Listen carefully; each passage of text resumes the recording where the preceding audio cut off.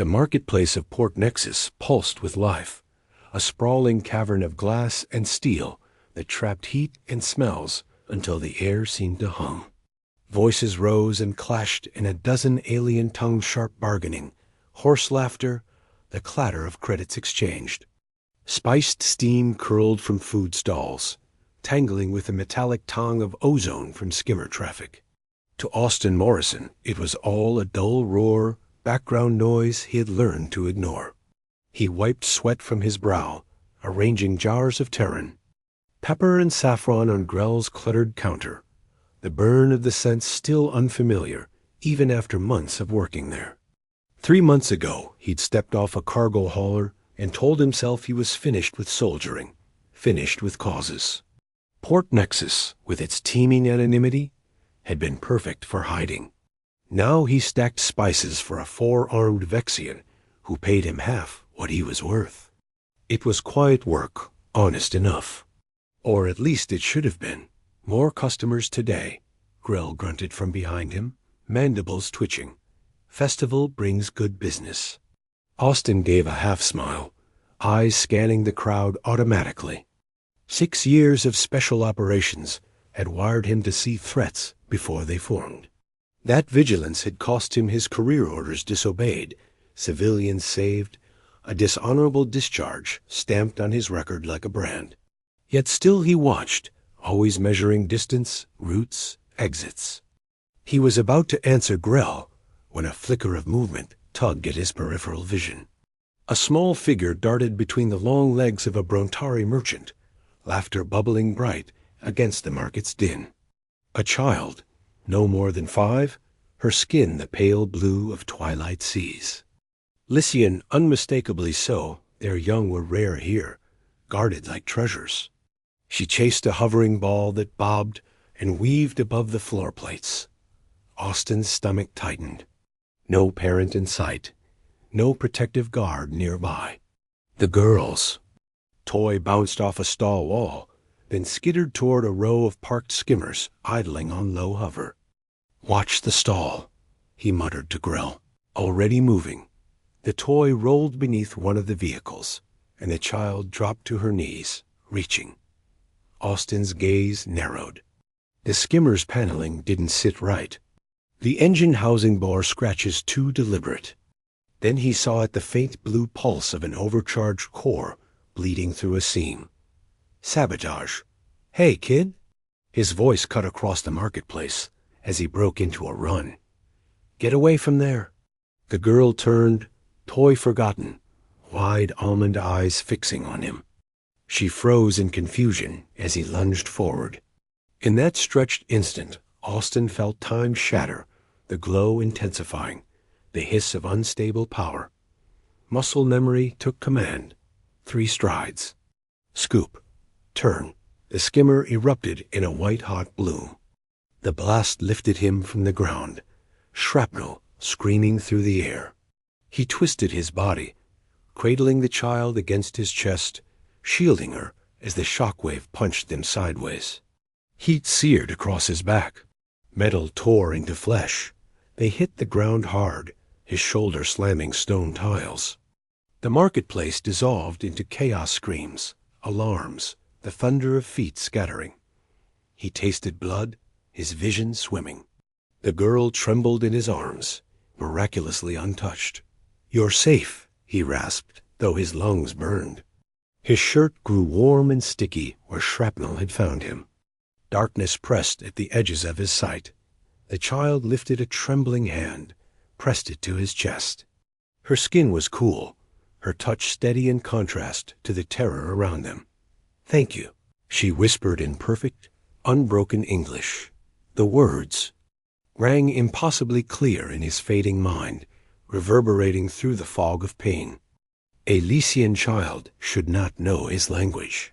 Yet she had spoken it, soft and certain, as if it had always been hers. Then the world fell away into blackness. The first thing Austin registered was the sound. A slow, steady beep that pierced the dark like a heartbeat.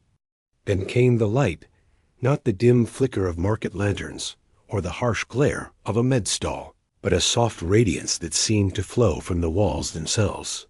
He blinked against it, lids heavy, his limbs unresponsive as though pinned by invisible weights. Memory returned in fragments. The spice doll, the child, the skimmer glowing blue, the blast, his body twisting to shield her, pain like fire across his back, and then that voice. Thank you. The word shouldn't have existed in her mouth, yet he could still hear it as if she were whispering into his ear now. The human is awake, said a clipped, formal voice. Figures moved into focus above him, tall silhouettes in gleaming armor. Helmets obscured their faces, but their posture left no doubt trained soldiers, elite. Energy rifles angled down at him, each weapon humming faintly. Austin's instincts flared. He was prone, wounded, unarmed. He forced down the urge to lunge. Wrong move, and he'd be ash before he hit the floor. Where am I? His voice scraped out raw, his throat desert dry. Silence, ordered one of the guards. You will speak when addressed by the counselor. The formation shifted, parting with precise choreography. Through the gap stepped a woman, tall and slender, wrapped in silver fabric that moved like water over her form. Her skin carried the same pale blue hue as the girl's, but it shimmered with living patterns that shifted subtly as she walked, faint whirls of light that made her seem both ethereal and commanding. Her eyes, wide and luminous, the color of twilight skies, fixed on him with unnerving intensity. You saved my daughter, she said, her voice calm but edged with something sharper. Why? Austin swallowed, his mouth dry, but he held her gaze. Instinct, ma'am. I saw a child in danger. Where I come from, that's reason enough. The guards shifted, glancing at one another, the tension in the room tightening like a drawn bowstring. The woman studied him in silence. Austin felt stripped bare, every scar, every flaw laid open under her stare. Finally, she inclined her head slightly. My name is Idria Thibrin. I am senior envoy of the Lycian Ascendancy, representative to the Galactic Council. And you are? Austin Morrison, he said, former Earth Alliance Marine. Dishonorably discharged. He managed a dry smile. Currently selling Terran spices at Grell's stall in the marketplace, at least until today. For the first time her expression softened, the faintest flicker of amusement. She moved closer, the silver fabric whispering against the floor. You have an impressive record, Mr. Morrison. Special operations, commendations for valor, then Centauri. With a gesture, she summoned a hovering hologram. His dossier glowed above him, lines of human script translated into Lycian glyphs. Austin's jaw tightened. You've been digging. You saved my daughter's life, Idria said evenly. Of course I investigated you. The report claims you disobeyed orders, resulting in civilian casualties. The report is wrong, Austin replied flatly. His pulse quickened, anger pushing past the fog of pain. But I doubt you dragged me into this palace to discuss my past. She deactivated the hologram. No, I brought you here because the explosion was not random. It was the third attempt in 2 months. They weren't after bystanders. They were after me or Isla. At the sound of her daughter's name, Austin's attention sharpened. He caught a glimpse of movement near the doorway. A small face, familiar and delicate, peeked from behind the armored legs. The same child he had pulled from the blast, Isla. Her eyes widened when she saw him, her mouth forming a small, cautious smile. Come, little one, Idria said, beckoning her forward. Greet the human who protected you. Isla stepped into the light, tentative but curious. She padded across the smooth floor and stopped beside his bed, her eyes impossibly bright. Thank you for saving me, she said in that same perfect English. Has it hurt very much? Austin blinked at her, wonder piercing through his weariness. Not anymore, he said softly. They've got good medicine here. I healed you, Ela said proudly, placing her small hand over his arm. I made the bad go away. Idria's hand settled on her daughter's shoulder, protective yet gentle. She has shown early signs of our people's gift. Bioelectric healing, far earlier than most. She insisted on helping with your treatment. Austin exhaled, something unguarded breaking inside him. Well then? Thank you, Isla. You're braver than most soldiers I've met. The girl beamed and scampered away, drawn to a panel of blinking instruments. Idria turned back to him, her expression tightening into something more formal, more dangerous. I need someone like you, she said, her voice low. Someone outside our system. Someone unpredictable. My ceremonial guards are strong, but predictable and predictability kills. Whoever is hunting us has influence inside the government. I need protection that cannot be bought or subverted. Austin's gaze narrowed. You want to hire me as a bodyguard. A security consultant, she corrected, her twilight eyes holding his. Someone who can see threats others miss. Someone who acts without hesitation to save a child he does not know. Austin shifted against the bed, wincing at the dull ache in his ribs. He should have said no. He should have walked away. But when Ela turned from the console to wave at him with that bright, trusting smile, the word died in his throat. He had walked away from duty once before. This time, he wasn't sure he could. The diplomatic residence rose like a shard of crystal above Port Nexus, its spire cutting through the humid haze of the city's upper levels. From the transport platform, Austin caught the shimmer of security fields playing faintly across the glass. The place looked untouchable, and yet the woman at his side, Envoy Idria Thibrin, was telling him her child had nearly died 3 times in as many months. Impressive, Austin muttered as they stepped through the entry arch. The walls seemed to breathe with shifting light, smooth surfaces that responded to their approach. But impressive isn't safe. Idria gave a faint smile, unreadable. That is precisely why you're here. Inside, the air was cooler, tinged, with floral notes his senses couldn't place. Lycian attendants moved with practiced grace, their bioluminescent markings faintly glowing in the dim interior. Every corridor curved elegantly, each doorway opening soundlessly at Idria's gesture. Yet as Austin followed, his instincts itched. Too many blind corners. Too many servants with access. His assigned quarters were lavish alien fabrics, soft blue lighting that adjusted with his movements, but he didn't linger. The soldier in him demanded a sweep, and he started almost immediately, scanning doorframes. Vents, fixtures. It didn't take long before his hand brushed something cold, tucked in the molding of the conference room. A tiny orb, no larger than a coin, its surface etched with Rylaxian script. He crushed it in his fist. When he returned to Idria, she was seated in a study lined with translucent shelves, holographic projections of treaties, and star maps floating. Around her, she raised an eyebrow at the broken device in his palm. Already? That's 3, Austin said. 1 in the conference room, 1 outside your chambers, and 1 in the kitchen. Whoever's planting them isn't sloppy. They've got access and time. The patterns on her skin darkened, a storm beneath the surface. You suspect my household.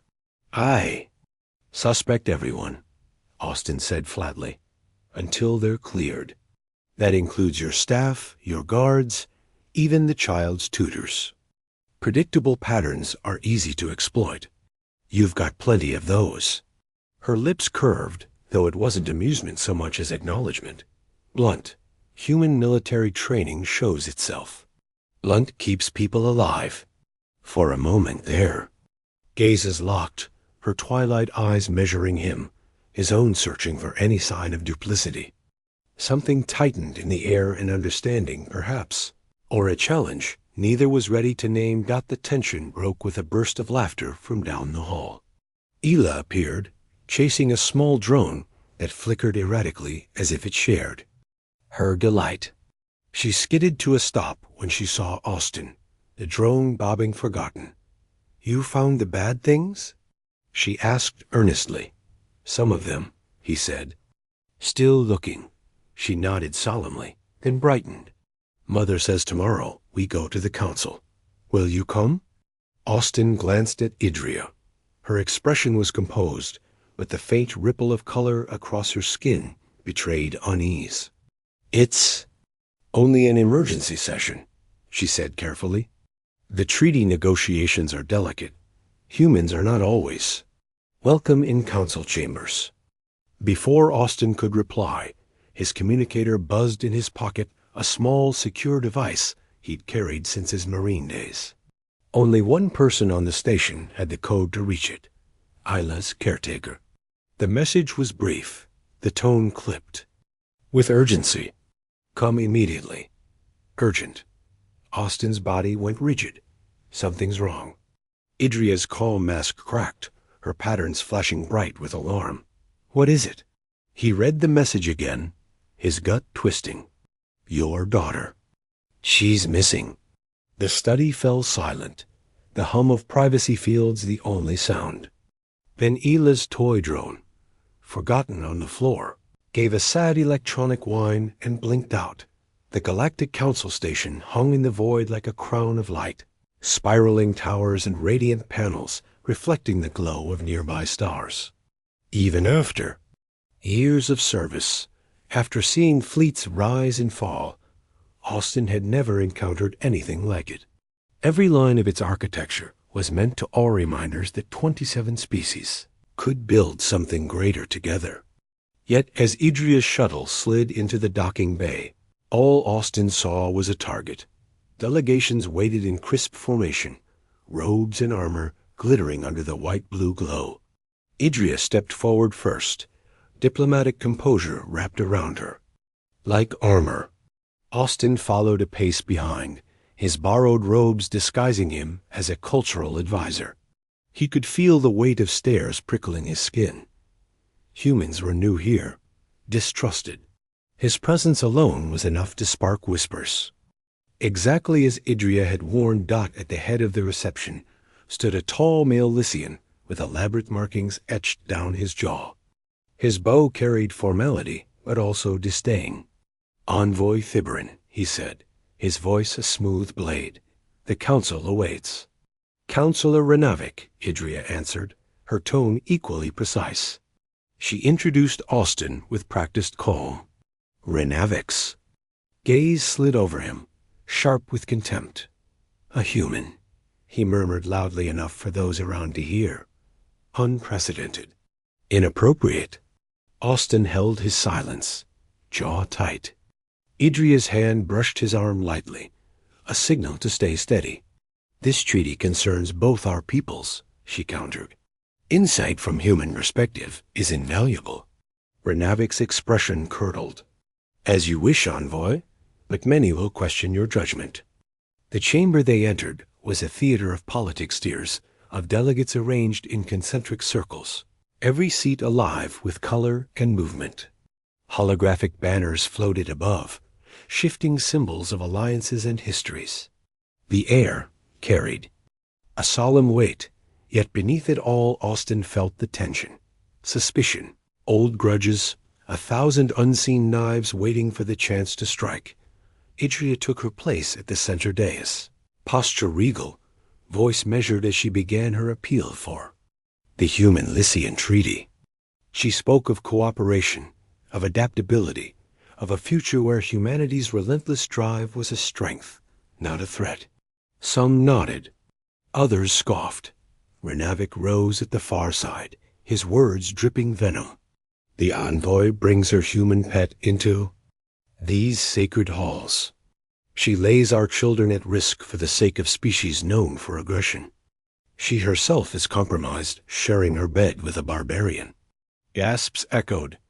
Austin's fists clenched at his sides, but Idria did not flinch. Her patterns flashed with anger, yet her voice remained calm. "It is curious, Counselor, that you know so much of my private quarters.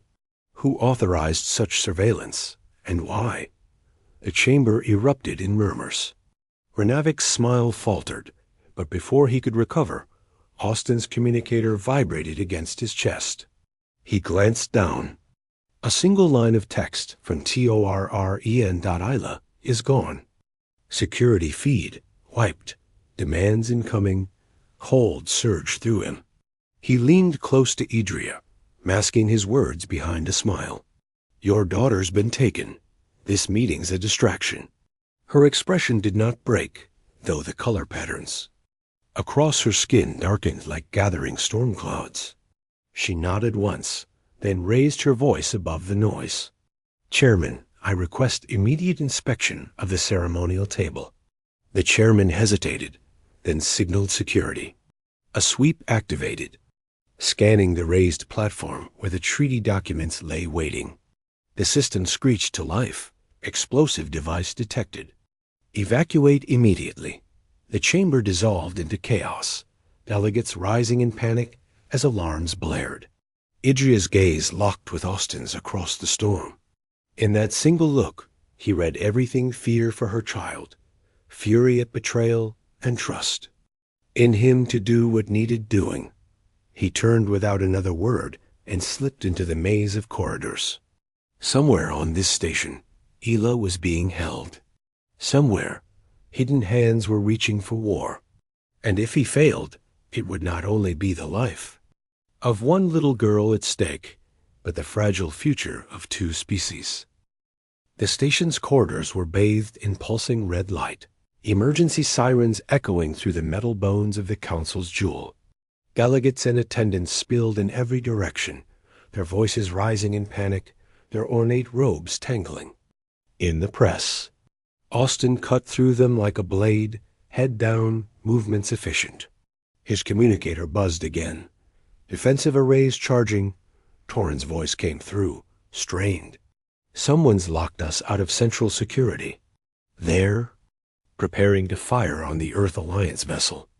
Austin's gut tightened. ETA to firing? 4 minutes. Maybe less. He ran faster. Ahead, the main transport tubes sealed themselves with a hiss, security shutters slamming down. Whoever was orchestrating this had thought it through.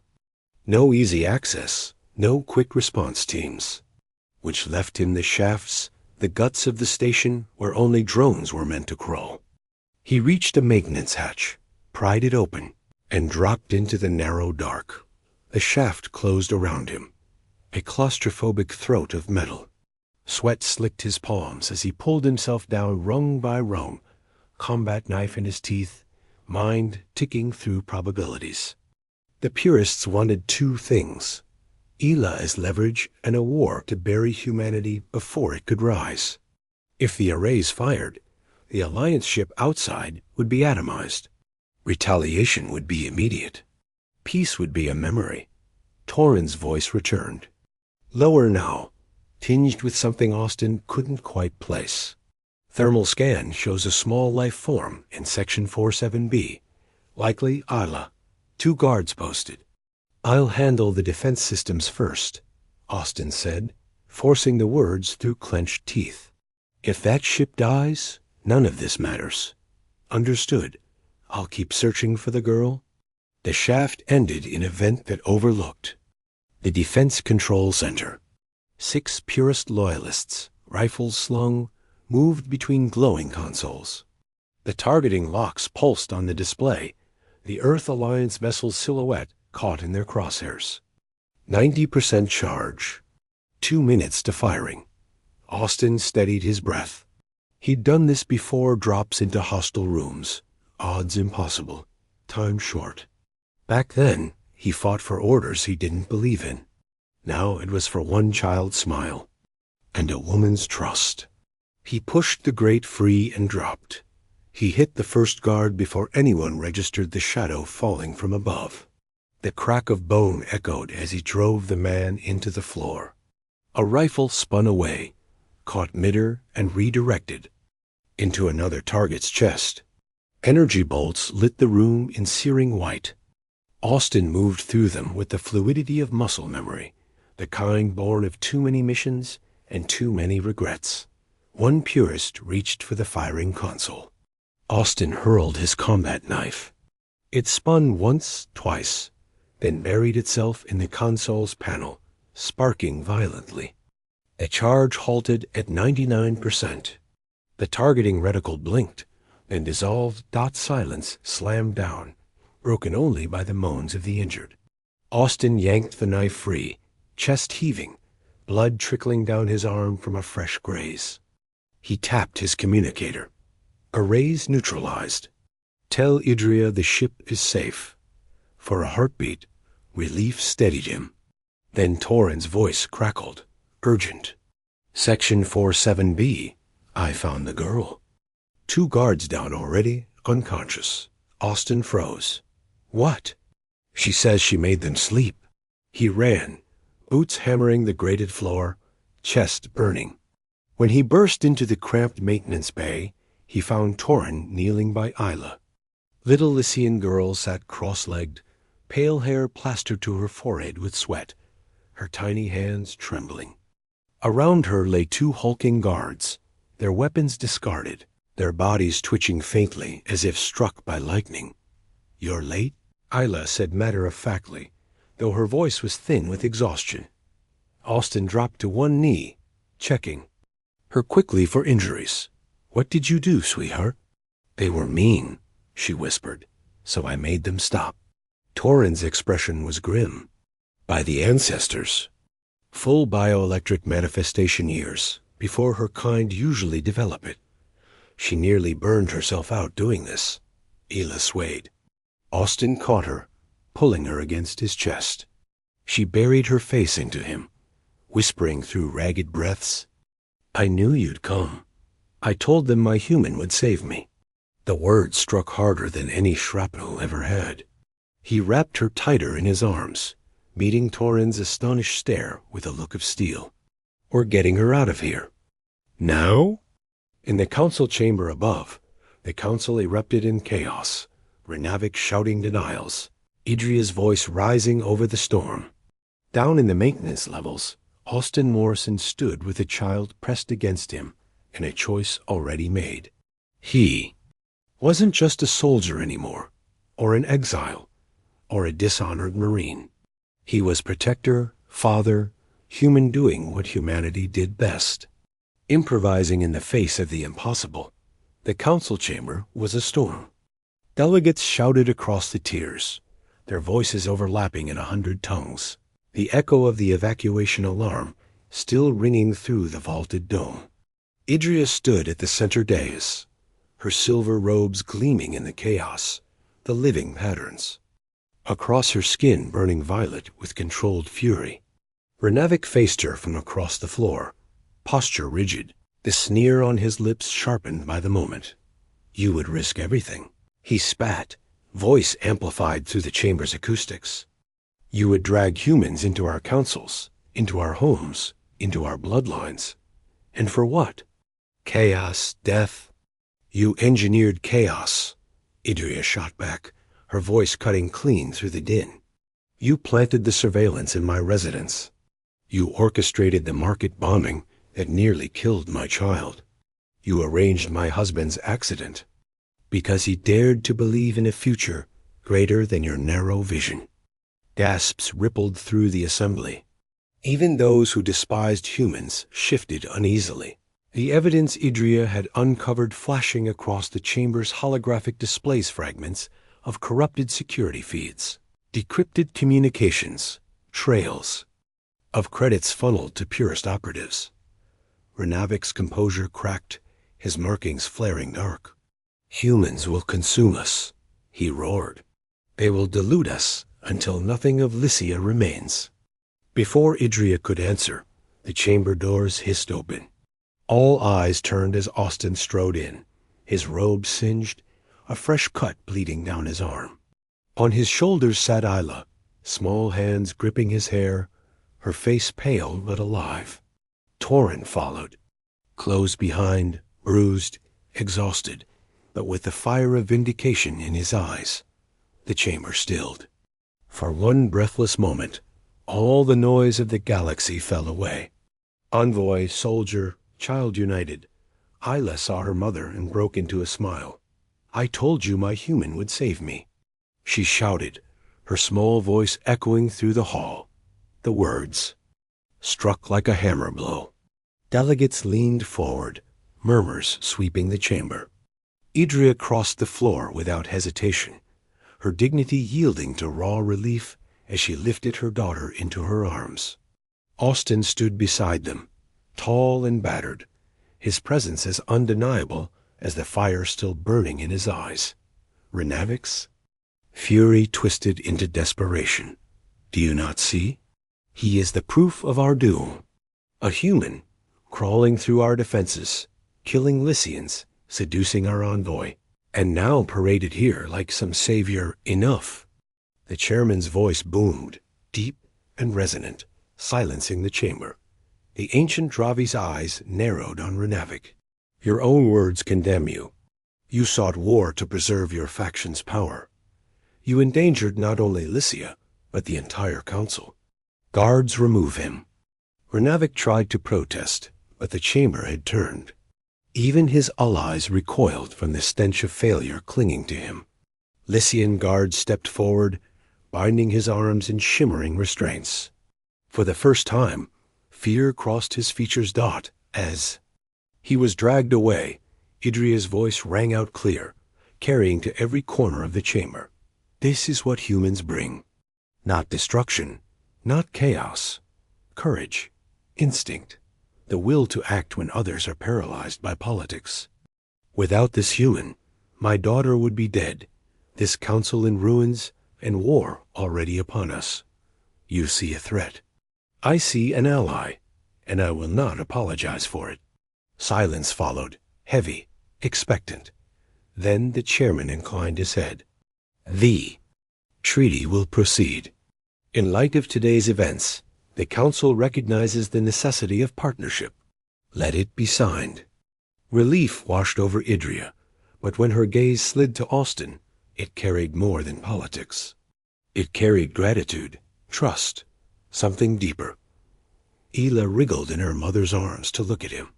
"Does this mean you're staying with us? For always?" Austin hesitated. The eyes of the galaxy were on him, but in that instant, only the child's mattered. He met Idria's twilight gaze, the glow of her markings softening into something intimate, vulnerable.